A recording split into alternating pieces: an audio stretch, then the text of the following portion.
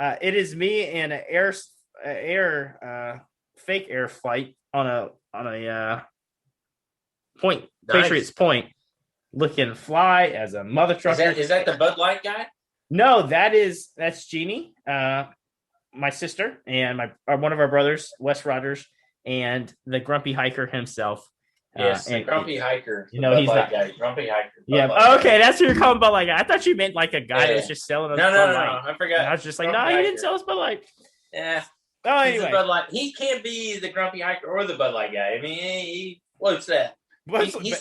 He sits on that fence every day. Basically, they're the same freaking thing. If you're drinking Bud Light, you're fucking pissed off at the world. So let's be real. Yeah, exactly. So anyway, he's gonna. The fact is that every episode that we just kind of like give a dig at him, it's just funny because he can't actually defend himself yet. And granted, we're gonna get him on the episode, and I'm sure he will defend himself. But unless it's just he watches the video, because if he watches the video, he can pause it right there. Yeah. Well, that's true. And he might. But this is, to me right now, while he can't respond, it's funnier. I like it. It's easier to beat him up in verbal sparring because he can't say anything back. I like it. That's cool. But even if you did it in person, he'd just like, yeah. No, he wouldn't. Not if you no, dude. You don't. This man, it's like going to like an extremely southern area and just being like, just saying something like, don't like, that's a stupid ass flag. Maybe it's like hold it up flag, like an American flag. Of course, I don't agree. Like, you shouldn't diss the American flag, but that's fighting words like a redneck. For a Bud Light drinker, that is fighting words. You don't make fun of a guy drinking a Bud Light. I mean, this man, Anheuser-Busch has been here a long time. He's a dedicated, his dad drank beer before he was born. He followed that tradition. His kids will follow that tradition. They'll never get out of the Bud Light. Don't the Germans own them now? Well, that's the thing. They're so invested in the fact that it was American owned, right? They can't get it. It's going to be the next. It'll be just his grandkids when in his funeral. They're going to bury him with a case of Bud Light. Guarantee it. We'll ask him about it, or he's going to fuss at us, or he'll text us. We'll just throw the case of Bud Light in there. No, you'll throw the case of Bud Light. I'm gonna sneak an IPA in there just to fuck with him one more time. Maybe we'll just get the box of Bud Light and just pack it full of IPAs and throw it in there. Yeah, needless to say, going back to Poinsett, I am excited to have the Grumpy Hiker in a few episodes because he's going to be a hoot. There's no doubt about it. Yeah, sure. Poinsett Park, here we are going out there. It is after work on Friday. We're trying to get going, and myself and my wife have to leave a little early. You ended up having to work a little bit later that day. I got to work till 5, like normal people. Yeah, that stinks. I actually had off that day, so that worked out. My wife had to work. She got off a little early. We get down there, and we set up just before Jeff gets there. I think once you're an hour and a half difference, really, you're not much different. Just enough time. When I left the office, I think I maybe had an hour drive. Yeah, but then I had to stop and get eggs. Well, somebody forgot the eggs. Somebody forgot the filters. Well, yeah, so we both forgot. I had to stop anyway. So, I tried to go when I was downtown. I tried to go to Walgreens. Walgreens didn't have the number 4, whatever V-shaped filters that you need. So they didn't have them. So I had to stop again when I was on the way down. So that did waste some. During lunch, it didn't work out to save time. But anyways, I didn't need to save time because Aaron forgot the eggs. So. Yeah, this is true. It worked out. God was on our side that day for sure. So we get there. Yeah, dude, we got there safely and back. So yeah, he's always yeah. So I'll take it. Messing with you. We had a good time. We got out there. I got it all set up and waited for Jeff to get there. As soon as he got there, I was like, "Come on, man, give me the light. Just light it up." So he had some wood that I needed to. That he was bringing in. Of course, we had to be 50 miles away. We were, and so we started the fire. Most definitely.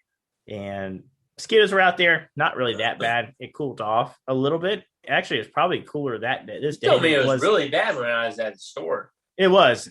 And once it started cooling off, it kind of just disappeared and they went away, which was really nice and made a good fire. What did we have? We had dinner, which was hamburger on the grill.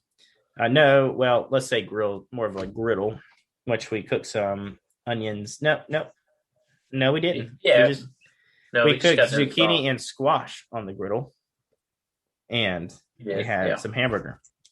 So that was really good. Next morning, we wake up and we're going to do some hiking. Now, there's a story about me and my wife. Oh, go ahead. Let's go back a little bit. Yeah. Because I remember that night we we joined that meal. We're by the campfire. People watching. Tent watching, because it was definitely dark at night. I just wanted to just add in that it was very. I think we had a pretty good time just talking to amongst each other and watching other people as they're hanging around their tents or trying to, finagle their fire or whatever they were doing that night. I think it was like watching TV almost. Well, and I thought it was pretty interesting. Yeah, just that for sure. Night, it was like that. So. Well, I think I did it both nights. And I definitely did it both nights, but I didn't want to go into the next night yet. Yeah. I just wanted to state that night. It was because for me, it was like I got there and I had to kind of rush around and get my tent up, and which, 2-man tent with my tent size, it was very easy to put up by myself. So no problem there. It's just, I just couldn't socialize with Aaron or Kelly at that moment. And it kind of, I was like in a rush until, I got to be able to eat with everybody. And, I'm trying to help them prepare food too. And because, it's not a one-man show when you go camping. I don't, and especially with me, I like to help out in any way possible. But so that's why I just when we actually got to just relax and sit down and sit by the fire, it was nice. I mean, we had the music going, and I just want to say, just looking around, you can definitely tell who's who at the campsite. So let's follow this up just a tad, because I have, some pieces that I want to talk about that goes along with this. And I think we could say it both 2 days. I 100% agree with you that was a highlight of the trip. And you can tell a lot, like you said, by just watching people tent or camp. And anyway, right. But go ahead. But I was just going to say, why don't we just go on to the hike the next day, and then we can just add on. Yeah, we'll add on. So, of course, we just said earlier, right? It's 25.6 miles of trail. So we're going to hike. There's really not a lot else to do. I mean, in this 10-acre pond, you can do camp. You can paddleboard and kayak and all that stuff, boat, whatever. But this time, we were just there for the hiking. We knew we only had one day. We were going to start off and do pretty good. We were going to hike a lot of it. So that morning we woke up, we did have that griddle. We had a chance to make eggs and bacon, but we chose not to. Figured that we'd walk around for a little while. We would enjoy some easy breakfast, meaning that we would get I think we had a Nutri-Grain bar, something like that. And we'd start walking. And we walked and we just kind of looked at the map, which the service wasn't really well. And they did not have a printed map that we could find, or at least I could find. And before I left, and I didn't look that hard just because I did know the park a little bit. But right. I thought that would have been better if they had something like that. But I guess it's state funded and not nationally funded. I guess that's the difference. But anyway. So I was going because I was like, yeah, we'll find our way back anyway. And I agreed with you. As many times as Kelly says we're lost, technically we're not lost. We just don't know what trail we're on. Yeah, right. Technically, we could have screamed for help. Somebody probably could have heard us. Yeah. Even though it's 1,000 acres, somebody was around us at some point, Exactly. So but we were never lost. Yeah, so we started out before breakfast. What did we had? Was it 3 or 4 miles? Is that what we hiked? It was 4 miles. Yeah, so it was actually a little bit longer than we suspected. We thought we were on a loop, and apparently it was not a loop. It was a trail called Whippoorwill, and we thought it was Whippoorwill Loop, but it was definitely not. It never loops back. Whippoorwill. And no, I hate words. Whip, W-I-H-I-P, W-H-I-P. L-L-O-W. Messing with you, man. Did I get it? No. Whipper. It's W. It's Whipper. I thought it was Whip Up. No, it's Whipper. I thought, see, I've been saying Whippoorwill. Whippoorwill. Like Whippoorwill. Whippoorwill or something like that. I don't remember. It's the yellow blaze. If I ever have a trail, it'll be called Whippoorwill. So, how about that? It's like, can't find me. Can't find me. I'll be on the Whippoorwill trail. Anywho, so Yeah, so we did that 4 miles, come back in. We cooked some eggs. We cooked some bacon, which is a weird lunch for when you're hiking a lot. But anyway, it actually worked out well. No bread. Yeah, no Just bread. eggs, bacon. We took it. It was. I mean, I guess it's relatively lighter. We didn't have cheese or anything. We didn't make a sandwich and mayonnaise. Just But simple. that morning we did make coffee, didn't we? Yeah, we did do coffee. Yeah. We had. But we got that the next morning, and I'll talk about that one. Yeah, we'll do that. Because we did make coffee that morning. We had struggled with coffee and camping for some reason until this camping trip like that. Until this one. I think we figured it out.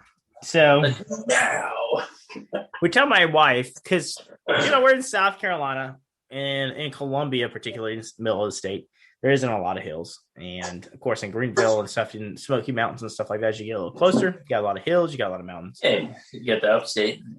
We told they're in this particular park. I think I'm gonna mess this quote up because I didn't write it. I knew I should have, but I didn't. It was from the SouthCarolinaParks.com. It says something like a taste of the foothills and the Midlands or something like that. I think that's what it says. It's something to insinuate the fact that there are some hills in this park. And there are some. There is some elevation. It's not very steep. It's a gradual elevation, but it's not bad. But they have their steep moments.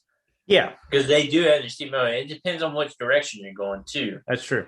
So yeah, that is true. You can be going down the steep side, or you can be going up it. It don't matter. I mean, but we did hit a couple of the steep ones coming up the Scout Trail. I think it was when we went up to the open. And that morning when we went up to the open area, it was definitely steep. There was actually a group of scouts or whatever that were just taking a break, and we just went on through. Well, we got this hill. This is our hill. Yeah, the Scout Hill. Tailblaze Hill. Just put a flag at the top.